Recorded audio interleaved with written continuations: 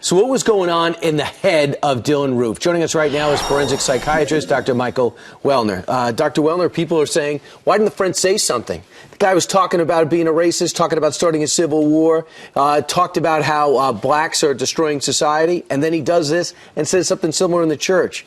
Were there clues here that people should have picked up on?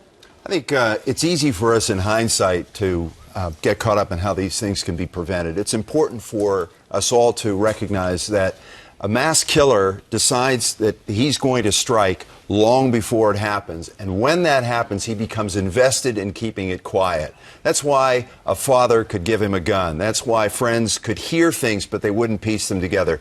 Racism is widespread, but racism that's homicidal is very unusual. So people may have heard him say things that they've heard other people say and they wouldn't necessarily react to. But keep in mind, he becomes invested in keeping it quiet. And when someone is invested in keeping it, even if you're his doctor, you're not necessarily going to see what he's intending to do, even a day before. You have worked on some of these high-profile mass murder cases in the past.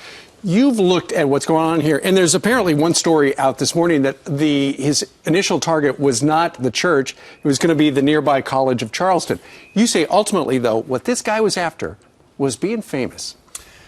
The mass killer is an irrelevant person who's failed and has high expectations, but someone who is looking for relevance. And we can look at a person like Gabby Giffords and the history of her shooter with Congressman Giffords was really unremarkable, but she was the accessible victim. She was the congressman campaigning out on the street corner. She was famous. Okay, well, she was certainly famous, and all forensics is local. She was famous there, and Pastor Pinckney was famous there. He's a state senator, he's a representative, and he walked in and he wanted to sit right next to the pastor. And the best clues for a mass killing are who are the first victims? Who is the first victim? Where did it start? Okay. So you take an institution that's a church, you take a symbol, and you take someone who's a prominent individual, and it's not just a mass killing, it's an assassination. Sure. Doctor, he wanted his story to be told.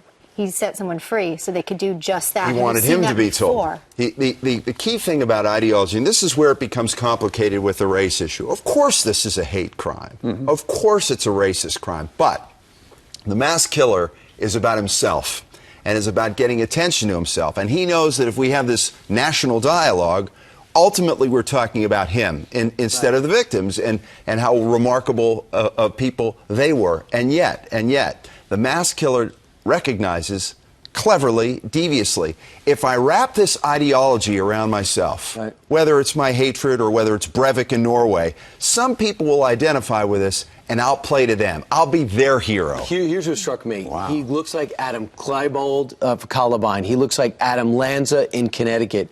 He looks like James Holmes, that empty look in their eye. They look sallow. They look pale. They look like something's wrong. Do you look at it the same way? He's full of hatred.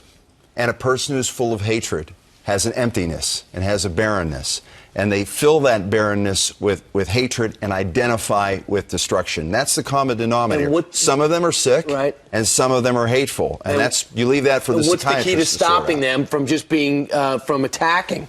I think, look, this is a cultural crime. It is happening in the United States much more than elsewhere, but it's not a gun issue. It's because we socially incentivize it. It's because somebody who watches this program, 99% of the people who watch this program are going to be repulsed by this. Sure. But there's that 1% who says, hey, you know, I got a beef, and I've been thinking about killing for a long time, and you know, they're going to talk about me. I'm going nowhere. And that is the frightening aspect of this copycat crime and why it repeats itself. The best thing to do is what you've done just now.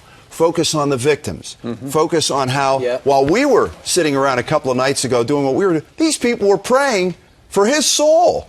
When a person is potentially on death row, the last people off that ship are the people in the church. They'll come and pray for him even after his family gives up. And that's the irony is that folks who want to save the world are the people who were ultimately victimized here. So don't talk about the bad guy, talk about the people. And make them like Chris Kyle. Right. Make them larger than life, because no one remembers who killed Chris Kyle, but everybody remembers how Chris Kyle was larger than life. And then you take the incentive out of it. Absolutely. Dr. Welner, thank you. Check out Dr. Welner's research at www.depravitystandard.org. Doctor, thank you very much. That was fascinating. Remarkable insight. Thank you.